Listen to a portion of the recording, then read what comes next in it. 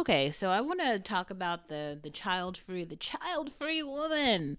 This conversation is happening on TikTok, and hell yes, yes, bitch. Okay, so if you guys were here for some of the like I was making response videos to Nagad, she's like a Somali um Canadian black YouTuber who's like a mom tuber. So she makes content, or she was making content basically about like, you know, just really being a mom, being pregnant, getting pregnant, and really about her life. She's just like a YouTuber, right? Now, um, I really liked Nagad's story. I really like Nagad as a YouTuber because I feel like in her situation she has a really great partner, and her partner, it really feels like her partner actually like her husband really cares about her and her well-being and her kids. And I think she was really in a space where she was struggling to like communicate effectively a lot of the challenges that she was having with motherhood. And I think we are just starting to get motherhood content for like the first time, where people are being really honest about motherhood now. So there's this guy, I guess, he gets on and he's like, if you get on and you start talking about how you don't want children, you're being disrespectful to your mother and your grandmother and all these things. And like, guys will, reproductive coercion is a word I just want to continue to throw out. And I'll actually share a video I found about reproductive coercion. I didn't know what that term was, but it's a real thing. It's basically when men pretend that they like a woman. They might even marry the woman. They might do all of these things just to get access to the woman's womb and to get the woman to like have children for him. And then he like literally, as soon as like, the children have gotten to an age, maybe they were like in kindergarten or something, they completely leave the woman because they had no intent to be life partners. They were just like using them for like a period of time. I think actually this is a really good example. Like Blueface, that rapper, I didn't, or 21 Savage. Did you guys know that these men were like married and had kids? And they just keep going, like they're just going on, and they're making videos, all type of shit, right, about with other women. They're out here being hoes, all type of shit. And these are men who like literally have children. They're like fathers. They're supposed to be community members. They're supposed to be role models for somebody, like. And there's actually like other black kids who are like looking up to this and they want to be like them. And it's crazy because like they're serious. I just think it's just so important for like more women to like stand up. And if you are a person who wants to be childless, that is there's real reasons, what, like, I think the only time that you should have one child is if you feel really safe, like you feel really supported, you feel really sure, and you've like contemplated that idea for a while. And it's just very hard because so many women, especially black women, they just grow up in ways that where they're like already so traumatized. They're already coming from this place of neglect and doing without. So they're doing without 3 meals a day. They're doing without therapy. They're doing without college and information, and they don't understand bills and the way society works and finance and all these things. And so there's like men who are out here, that predatory men. They're just like searching. They're like, what can I get from her? Where is she at? Let me find her. Ooh, that poor pretty girl over there. I'm gonna steal her womb. And they go and they do it.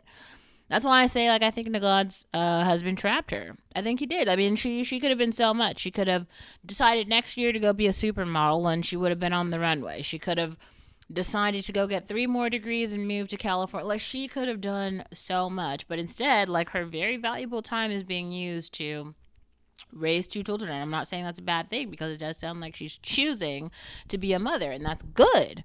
To women who want that, that is good.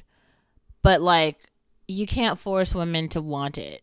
And that I think that I really hope that more black women get on and like use YouTube and use other just platforms to showcase themselves out in the world, to showcase themselves being alive at 10, at 20, at 30, at 60, at 80, at 100, and being single and being just alive, being bill payers, okay? Being like taxpayers, being fucking citizens, voting. being activist, having smelly toes and pedicures and manicures and blowouts and no blowouts and afros and braids and all the ramen that they can eat. I hope they get 1,000,000 cardigans and 27 gazillion bottles of champagne, and I hope they see the whole world. The whole world! Everything that the world has to offer. I hope black women get it all. Because black women deserve it all. They deserve every fucking thing. Everything that the world has to offer, they deserve all of it. All of it. And it's just like the first time that we've fucking seen this in society. And I swear, like, people are just on a fucking mission to, like, stop, to, like, slow down the existence of black women. And I mean, it's kind of sad because historically, like, there's actually a push to, like, end black women, to, like, actually murder them and kill them, especially in America. Like, if you don't know the history of that, I'm not a history channel. I'm not here to give you that. I'm sorry, I'm just not. But, like, yeah, there's a lot of history there about how much this country hates black women all over Europe, how much European. It's just really sad because I think, like, that's the thing that people don't understand about war. It's, like, even funny that people continue to, like, argue if women are the prize. What happens during war and what's happened all over Africa when war happened? They killed the men and stole the women. Like, that is the thing that has been happening for, like, thousands of years. Kill the men, steal the women.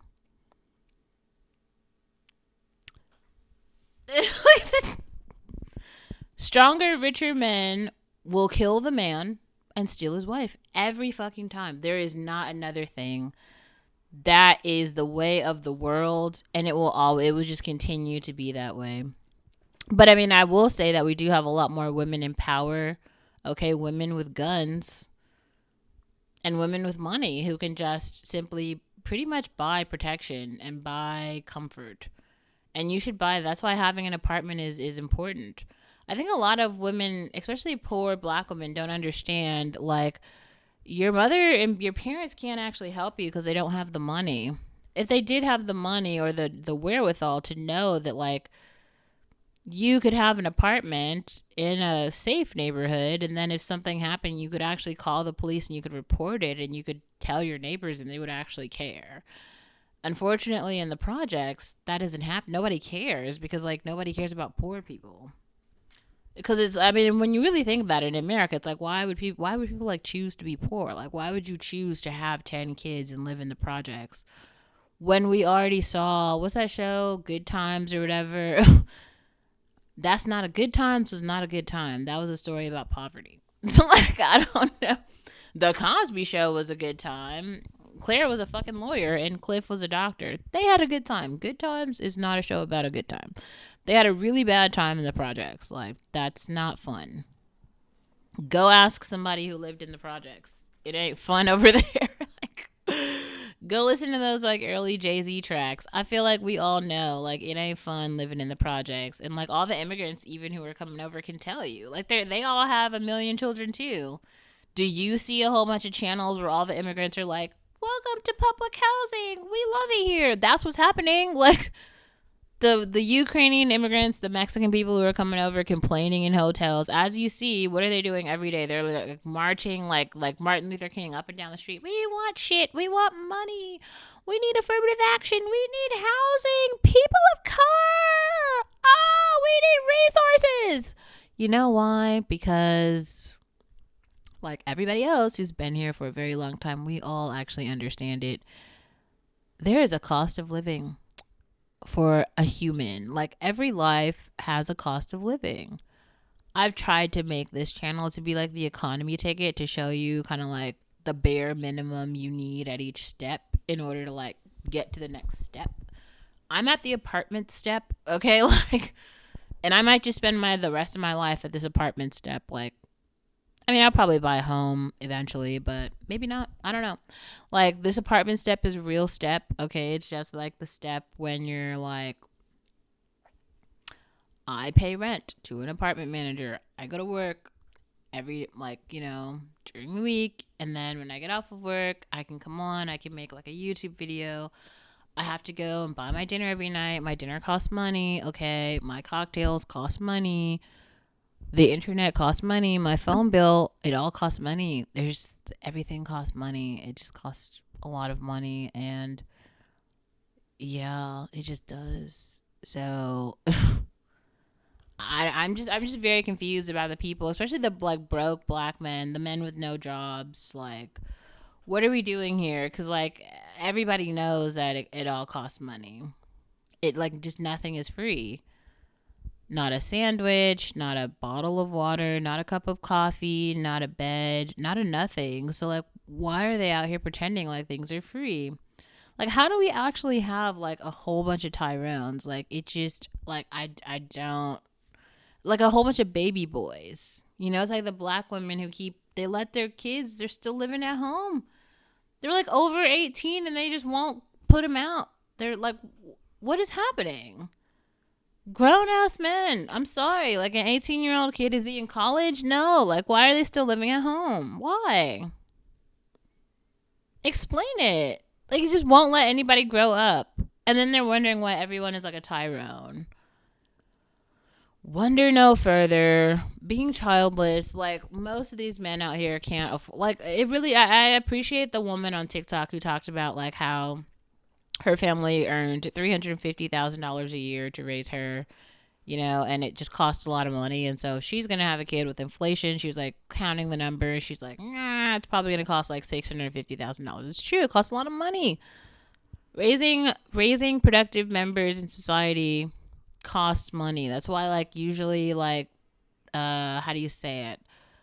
Poverty kids don't make it because like how could they make it? They don't like they just don't there's no actually Ann Coulter talked about this how like um for some reason in the hood there are no clocks. And then people were like, "Oh, well, why aren't there any clocks?" It's because like people don't have anywhere to go. Like nobody has a job. So like, when they get up in the morning, like where would they go? There's nowhere to go. There's no job. And I like listened to that and I was like, "Wow, it's actually I didn't even think about that. Like I really don't know. I definitely have, you know, like a watch and a phone that's strapped to me all the time, so I know what time it is, and alarms, daily alarms, right? That change by the day depending on where I need to go, and a bus schedule to know like when the buses come so that I can be on the bus to like get to where I need to go. It, you know, I don't know. I just it's very strange, which is another reason why I would just continue to say like I think it's just very important to like stop thinking about like your parent's story or your aunt's story or somebody else's story as your own. You know, like by the time after 18, you know, it's about time for you to move on. Going to college is like a social experience. I wouldn't even say it's about academics at all. You probably learn everything you need to learn from the library or just a book.